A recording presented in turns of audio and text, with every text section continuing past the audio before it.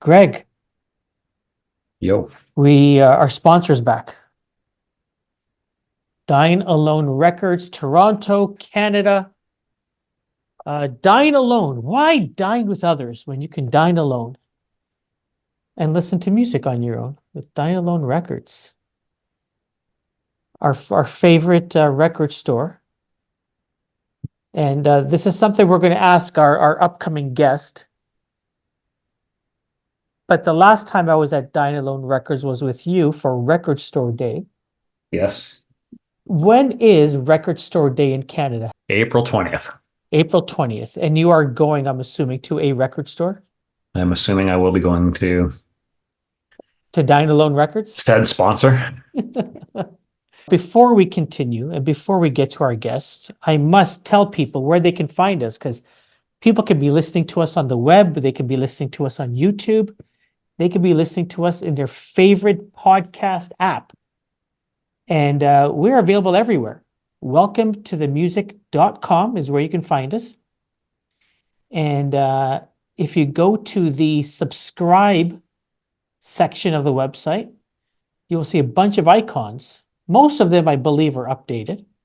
And if they are not, just send Gregg a message and ask him to update it. But you will also find links to Apple, links to our YouTube channel, links to Spotify, and everywhere else that you can find us. So please listen to our vast library of conversations, over 120 conversations with a lot of great musicians and artists.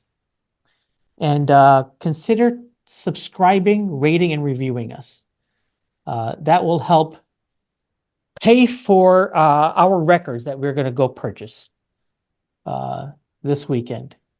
It helps to pay. So thank you to everybody who continues to listen. What's our count up to? 7 people? Six and a half, I believe. 6.5. All right. Are we counting our dogs that listen? Was it 7 years for like every year of a dog's life is the equivalent of 7 human years? Yeah. So if we count our 2 dogs, your 2, my dogs, 1. I have 2. Dogs. Yeah. Then we have 21 more subscribers than we thought we had. There you are. We are now ranking in the top 10 of Uzbekistan Canadian podcasts. Or Canadian podcasts about music. Hi, I'm Rannie Turingan from the Vinyljunkie Podcast, and welcome to the music.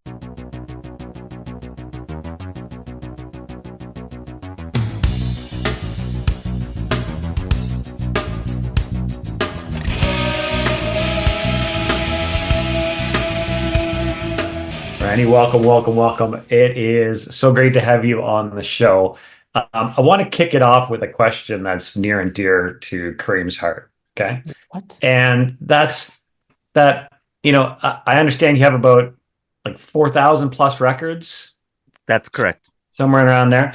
The question is, do you have any vinyl of Socrates? Socrates? No, I do not. I thought you were going to ask another question. You don't have any Socrates because Socrates, Gregg. I have to bring it up every chance I get. All right.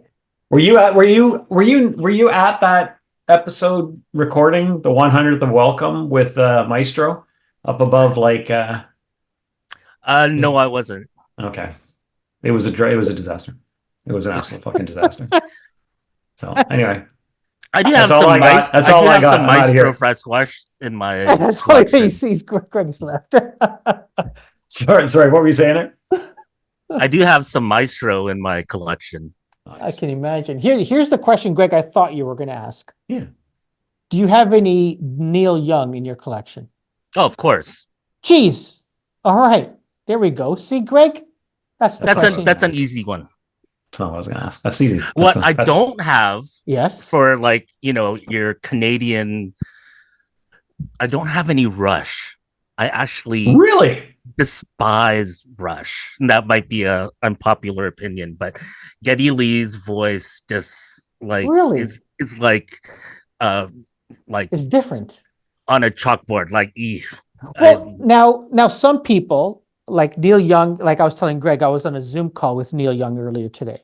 Dropping, just like look at him, just like, It by the was- way, By the way, like no big deal. I was just on with Neil Young. I edited out the part where I say there's like 500 other people there as well. But regardless, I was on a Zoom call with Neil. Neil, some people would say Neil has a similar, not a similar type voice, but he has a voice that people would find annoying. So yeah, so what is it about Geddy's voice specifically? Does it hit another octave for you, or? I don't know. I guess it's just the frequency of it, and I totally like I totally get the musicianship and how well they play as a band and all of that. Yeah, but you throw in Geddy Lee's voice on top of that, and it's just like it doesn't do it for me. fair enough. Fair enough. We're never having Geddy Lee on the show What? after this. He's- Go ahead. Well, he's never going to be on my show, apparently. So. Here's our next guest. Here he comes. No, Rannie, when did vinyl collecting start for you? Vinyl collecting started for me like at a very young age. Like, so I grew up in Scarborough, like you two, and my father bought like a Pioneer turntable and console, which I still use today. The same one. The same one. Wow. And that was from like the late 70s. So I have a lot of his records. And then through the 80s, I guess if you want to pinpoint it, it would probably be like mid to late 80s. I started collecting my own things. Wow. So I was up at McCowan and almost Steele. So there's a little mall there, Woodside Square. Yeah. And there used to be a Sam the Record Man at that mall. Wow. And I would go in there and look at the 45s, and I'd pick up like one or two every, couple of weeks or whatever. And that's kind of where it all began. Nice.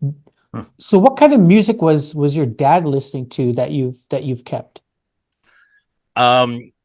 Anything. So I have his original like Pink Floyd The Wall. Oh my goodness. Okay. And then I would wake up on Saturday mornings and it'd be like Supertramp or like America just blasting from the living room, and I'd be in the bedroom just kind of like Saturday morning. That's how I'd kind of wake up to like this wall of sound. That is so amazing. I would not have guessed. I don't know what I would have guessed, but I would not have guessed that. Greg, what did your dad ever listen to vinyl? What kind of music was playing in your house? Yeah, it was probably cassettes back then, I think. Yeah. But no, my parents were not listening to Supertramp. It was more like Roger Whittaker. Yeah, he had like Santana, a lot of still not rock, Roger but there was Whittaker. also a lot He's of still much way cooler than my dad. But go ahead. there's some disco in there too. So like Saturday lots Night of Live disco. was in his collection. It wasn't a very big collection. It was probably like maybe 20-30 records. Wow. But it was there was even some like instrumental kind of classical, but not your typical. It was kind of like a fusion of classical stuff, but redone in a modern way. Oh, that's so cool. Yeah. Similar to Greg, my parents had Roger Whittaker. And I've shown Greg the Roger Whittaker stuff. I thought literally I was the only kid who ever listened to Roger Whittaker with his parents. And then, oh my goodness, I forget the name of this artist, but he sang that song Mona Lisa, Unforgettable. Nat King Cole. Nat King Cole. My dad loves Nat King Cole, so I think I have like Nat 3 King or 4. Cole and Johnny Mathis was another one of my dad's favorites. Okay. So there was awesome. a later side to your dad. He wasn't like he was all over the century. place. Yeah. And he's kind of even kept it up. Like I remember, I guess 5-6 years ago, we were in the car and he requested to play some Ariana Grande, and I was just like, "What? You know who that is?" So That's he's awesome. pretty he has a love for music as well. That is awesome. What was your first vinyl My first vinyl, that you uh, purchased? Your hard-earned money. You said, "This is what I want to spend my whatever my amount it first was." full record, was Madonna's "Like a Prayer," Fair enough. and Mm. Yeah. we bought that in Buffalo at the Walden Gallery in a mall at the FYI. And it was there, and it was just kind of like, I have to have this. And we used to go over to Buffalo all the time for, like, you know, shopping for back to Mhm. school and whatnot. And was that Mm. when the record was out, or was it sort of like a classic album purchase? It was back in the day. Like, Okay. my copy still smells like patchouli. So it's one of the original pressings. Nice. Greg, what was your first? Do you remember? My first single would have been Michael Jackson, 79. So it would have been like Starting Something or All something right. around there. Yeah. Yeah. But that was first single, first album. I don't know, like probably Back in Black or something Okay. along that lines. I did have like 45s before Like a Prayer. Yeah. I Yeah. couldn't tell you what the first was. Yeah. But it was a lot of that kind of 80s. So like George Michael, but then a lot of like Men Without Hats and stuff like that. But my very first piece of music was on cassette, and that was Beastie Boys' License to Ill. Mm. Nice. And I bought that at a Zeller's, also at That the Woodside Mall, on cassette though. on That cassette. that is awesome. So I used to live like down at Kennedy and Eglinton, and in grade 6 we moved up to North Scarborough, and all the kids up there were listening to like rap and R&B, and BC Boys was like the big thing that was being played at, like, people's little birthday house parties that were going on. Wow. Awesome. I can't remember my first ones, but I remember being in England. Well, I remember them, but I don't know what if it was on cassette, CD. I have no clue. Probably not Mhm. CD. So most likely cassette or record. But it was ABBA. It was Blondie and a British band called Bucks Fizz. Okay, never heard of them. Yeah, Bucks Fizz. Um, yeah, they were always on top of the was it Top of the Top of the Pops? Pops. Top of the Pops. Yeah, Mhm. yeah, yeah. That's what I remember buying. So Um, going back to then, you know, for me, I remember one of the first live albums was in Neighbors, and it was like, I don't know if she was my babysitter or I don't know. Anyway, it was or maybe it was anyway, whatever. I can't remember, but it was the Who's live at Leeds.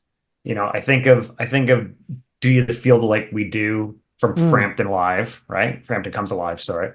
Mhm.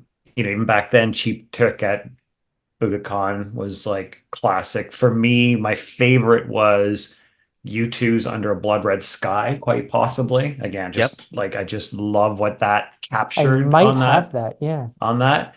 Um, what are some of your favorite live albums? Ooh, the one that I kind of in my collection that I kind of cherish the most is there's this Death Cab for Cutie record store day release Yeah, that was probably 2013, 2014, somewhere back then. Very, very rare.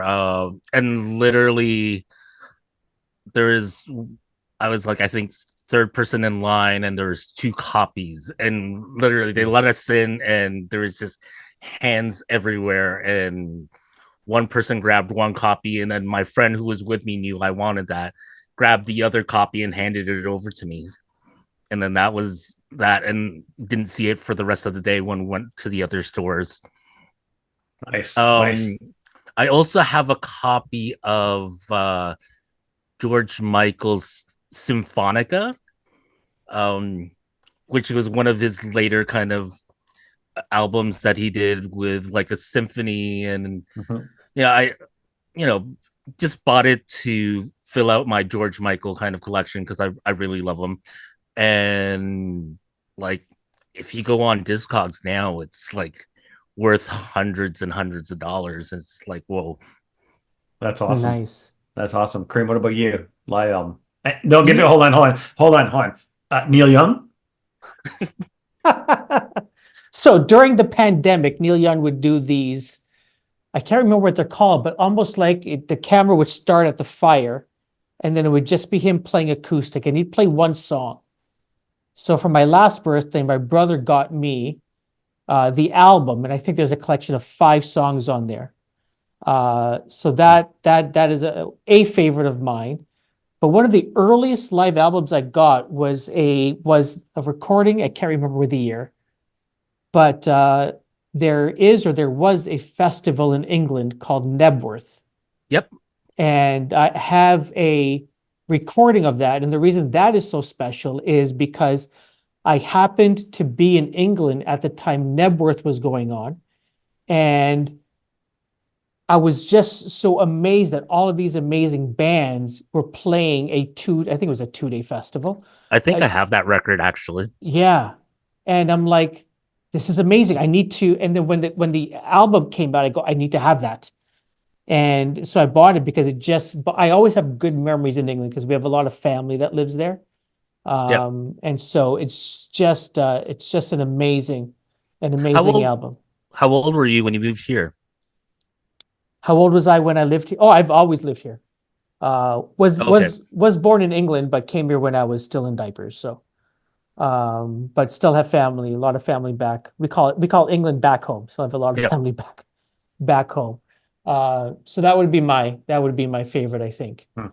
But the thing with live tracks, it's like through the 80s and 90s, a lot of the B-sides on singles would be, if it wasn't an instrumental of the single, then it might be a live track. So like one of my favorite bands, the Cranberries, a lot of the singles that they put out, it'd be either B-sides or a collection of B-sides and live tracks from various shows. I want to ask you, so, everyone has sort of a different lifestyle. Some people have families, some people are single, some people still live with their parents, whatever the case is. Personally, I find I need to schedule, or I need to find time to actually listen to vinyl. So here's what I do, and I want to hear what you guys do for yourselves. Maybe it's different, maybe it's the same. But on the weekend, I'm, compiling my stuff to hand into the accountant for taxes. Minaz is doing work across the table from me. Beside me is my niece, and she's, applying for jobs and different things. And Casimir is across, still doing his homework. And I tell people, name a letter, A to Z. And they'll say a letter. And so my niece picks J because she loves Justin Bieber. I don't have Justin Bieber. I don't know why she thought I would have Justin Bieber. And so it's my choice on J.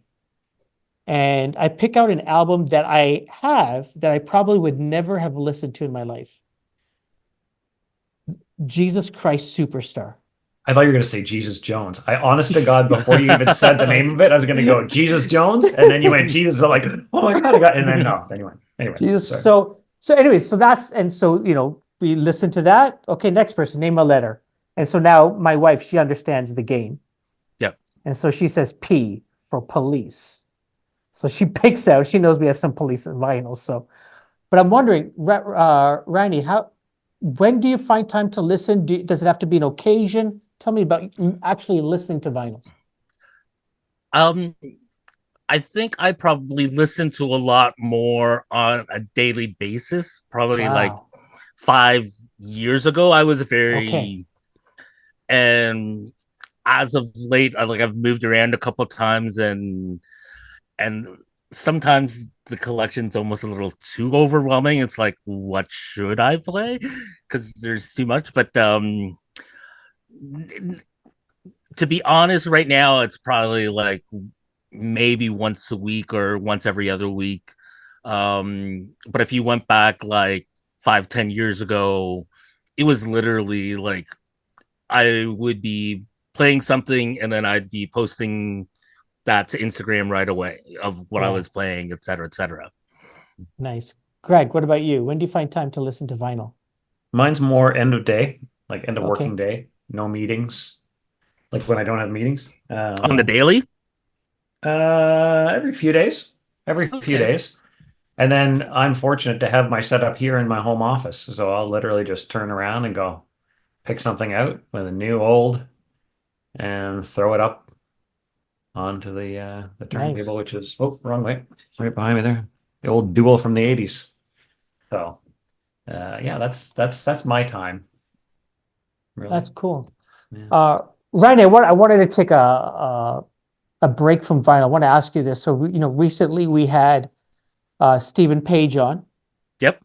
from the Bare Naked Ladies. Big fan. Yeah, and you messaged me, said you've got some stories from. I think I have that right. Yep. Yeah. So tell us your favorite. That'd be interesting if you have like a favorite. That means you must have like bumped into him or met him multiple times. But tell us a Stephen Page Bare Naked Lady story. So I guess the most cool one was being able to see them back in, I guess it was the early 90s, maybe, no, early 90s. And it was after high school. We went down to the Scarborough Civic Center and they were playing a gig. And literally, it was maybe there was like 10 of us in the crowd. Jeez. And they played for like a half hour, 45 minutes. And then, they signed stuff for us afterwards. And this was just before they put out Gordon. So they hadn't quite done their first major release. So the yellow tape was still being sold at the HMV in the mall. And yeah. So, original lineup, all 5 of them were there. And it was cool. One of my classmates had actually brought like a Barbie doll that was naked for them to sign. Yeah. Bare Naked Lady, right? So and then years later I was at the Rivoli, and so I think I was there to see Danny Michelle, Canadian artist. Behind the bar was Feist. So she was working the back bar. And then I was getting a drink. And then Kevin Hearn from the Bare Naked Ladies turns to me and is like, I know you. I was like, no, you don't, but I know you. So it was very one of like kind of those surreal moments of rubbing shoulders with guys from the Bare Naked Ladies. But yeah, awesome. I've been a big fan of theirs and the Cregan brothers and all their kind of little side projects and whatnot for years and years. Greg, I have to tell us. Do you have a story? Do you have a Bare Naked Lady story? Well, yeah, I was going to say, Okay, so the go ahead. Cregan brothers' parents, at least one of them were teachers in the Scarborough board. My parents were teachers in the Scarborough board. And they lived in the same, we were West Hill, sort of down Centennial Road in Lawrence. Yep. They were up at Centennial, and I was in the Charlottetown area, a catchment. And we'd be playing in our bands at the time, and nobody was famous at that point. And our moms would literally go like, how's your son's band doing? Oh, how are your boys doing? How are the band? That kind of thing. It's like, mom's like, oh yeah, what's the name of the bands? They're exchanging names, right? And Cregan's plural mom, I was like, oh, it's Bare Naked Ladies. I remember my mom telling me, and And I'm like, yeah, I know who they are. And she's like, oh, just a weird name. But anyway, that's- So my wife used to work at an organization in downtown Toronto called Park People. And she's talking to her coworker, they're having drinks to meet everybody that works at the organization. And she's telling Minaz, they're talking about their families and stuff. And she asks Minaz, what does your husband do? Oh, he's in advertising stuff. What does your husband do? He plays in a band. I don't know if you've heard of them. Which band? Bare Naked Ladies. Happens to be Jim Cregan's wife. Nice. So that was a funny story. We've since become good friends, and yeah, just great people for Well, that's sure. the thing about like Canadian celebrities. It's like they just kind of live among us, and Mhm. like I don't know how many times I've just kind of been downtown and there's Mo Berg just kind of chilling out, or you know what I mean. Yeah, Yeah, yeah, yeah, 100%. absolutely. 100%. So you mentioned it earlier, coming up this weekend, Record Store Day. Uh, Yes. I am excited to hear the rest of the new Pearl Jam album because I'm digging. A lot of fans are not digging it. The first single, I'm liking it from what I've heard. It just reminds me of older Pearl Jam, which is what I would Mhm. like original Pearl Jam that I love. Yep. Really looking forward to checking out what the new Bowie album is. Well, There's not a new new album, Bowie but album. well, it's not a new album, but it's Waiting in the Sky, so it's around the Starman time frame. So it's a new release of that time frame. Um, I'm going to be visiting Dine Alone. What are you going to be doing for Record Store Day, and what are you excited to be released this year? I've I used to go and line up and be there hours early and try to get at the front of the line. And these days, the front of the line is like now, you know, 11 p.m. or earlier Yeah. the day before. And it's just like, I'm too old for that now. Um, Oh, I'm not suggesting I'm going to be standing in line. I'll be going oh, at like noon or one, and yeah, for whatever's sure. gone is gone, and I'll just flip through the rest. And yeah, that's pretty much kind of um my tactic these days. It's like I will go, I will see what's out there, and then if I can't find what I want to pick up, I put out feelers with other people that I know who are going, and often, someone else can pick something up for me in Hamilton and then get it to me later. Um, the two releases that I'm really looking forward to is there's a Cranberries release Mhm. of Bury the Hatchet. Um, so it has been released on vinyl before, but this is kind of a definitive edition that has all the B-sides from that era. And then the second one is Dolores O'Riordan, Mm. which is the lead singer of the Yeah. Cranberries. Her first solo album, it's being released onto vinyl. So that one's going to be a bit trickier because I think the pressing is a lot smaller, and it's only a Record Store Day exclusive. I think it's like regional, and so who knows if it's even going to be coming up here or whatnot. So Mhm. fingers crossed. But it's one of those things. It's like I'm not gonna line up early. I'm not gonna go to eBay or Discogs and pay an extortionate amount of money. If I get them, I get them. If I don't, I don't. Um, I think, especially moving this collection 3 times now, it's like I've definitely slowed down in terms of adding to it. I'm actually kind of considering, you know, like selling some stuff off Yeah. Mhm. and bringing the collection lower. We'll see.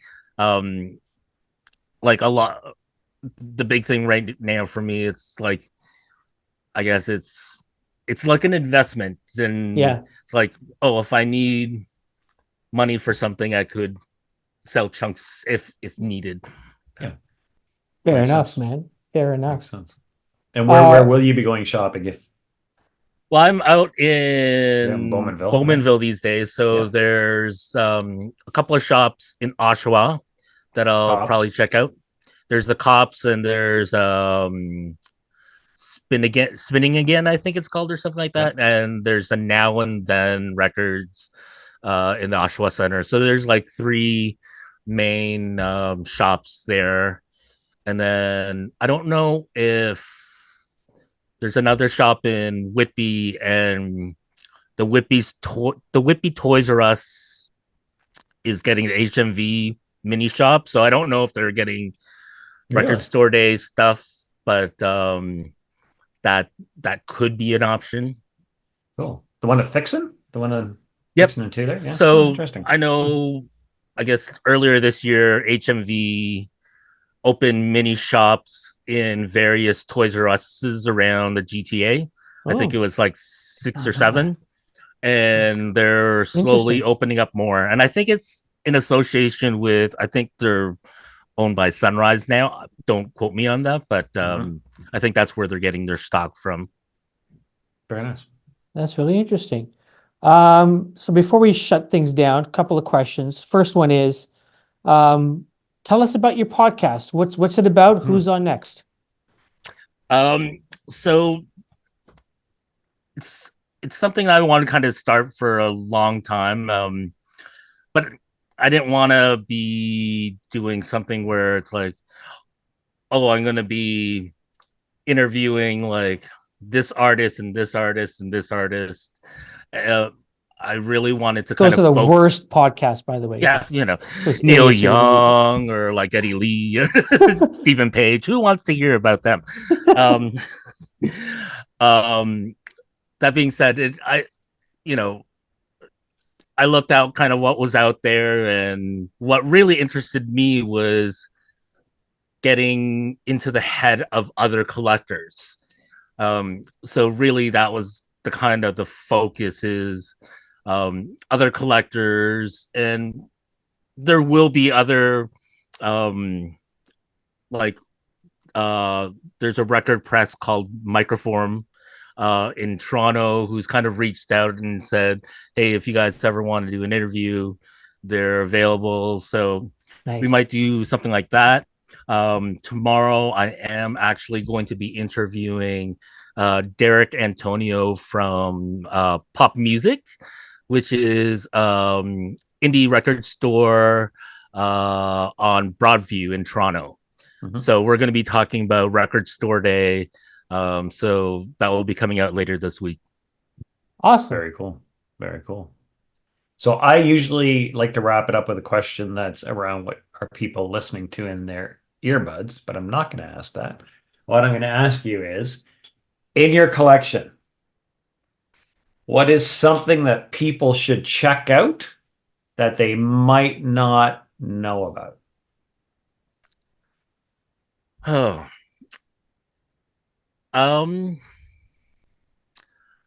So I'm gonna let's see. Actually, I'm gonna bring up something in my collection, which is kind of like a collection within a collection. Cool. And they're actually right down here. 1 second. Yeah.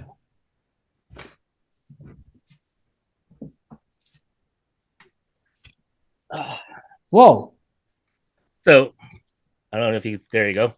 So this is Peter and the Wolf. Okay. Yep. With David Bowie as the narrator. And I didn't necessarily hear this version when I was growing up, but in grade school, I think it was around grade 3 or 4, we saw Peter and the Wolf. And I don't know if you guys had that at your school, but like it was one of those kind of like during music class, they played Peter and the Wolf, the orchestration, and it really kind of stuck with me. And then I realized that there are various different versions of Peter and the Wolf with different narrators That is And- so cool. So I started. So this one has Mia Farrow as the narrator, and I started collecting different versions of Peter and the Wolf, and it's a piece. It's like classical music, but each of the instruments represent a different animal, and Yeah. it's a story being told of Peter, who's this young boy who ends up kind of exploring, I think, the woods or near his home, but there's a wolf that also lives in that woods, and he shouldn't be in the woods because he might get attacked by the wolf. And so there's Peter Who's that? Peter Ustinov. Ustinov. Wow. So there's various different versions, and you can see like, Are they all in English? yes, as far as I Okay. know, they're all in English. And That's amazing. That's so cool. this one's Lauren Green. Oh wow. And yeah, so whenever I and this one's Rich Little. Do you remember, guys? Yeah, of remember course. Rich Little? Comedian, yeah. And this one was conducted by the Toronto Symphony. So yeah, so many different versions, and whenever I kind of see a new one that I don't have, I pick it up, and it's one of those pieces of music that that has kind of stuck with me since I was a kid. And sometimes when I bring it up with people remember it, and sometimes they don't. If you haven't heard it, look it up. And Peter and the Wolf. Peter and the Wolf. It's whimsical, instrumental. Yeah. It's have you guys heard it? Or Yeah. For sure. Years ago, yeah. But who would have thought that would have been the recommendation That's from awesome. Randy to that question? Yeah, That's awesome. absolutely. Absolutely. Peter and the Wolf. Randy, where can people find your podcast? Where should they go? And what's the name of it again? It's the Vinyljunkie Podcast.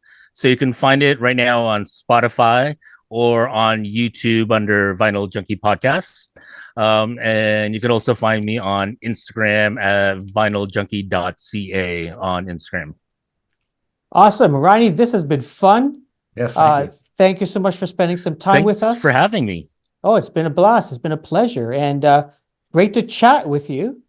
And looking forward to bumping you IRL sometime down the road. Maybe at a concert, maybe at a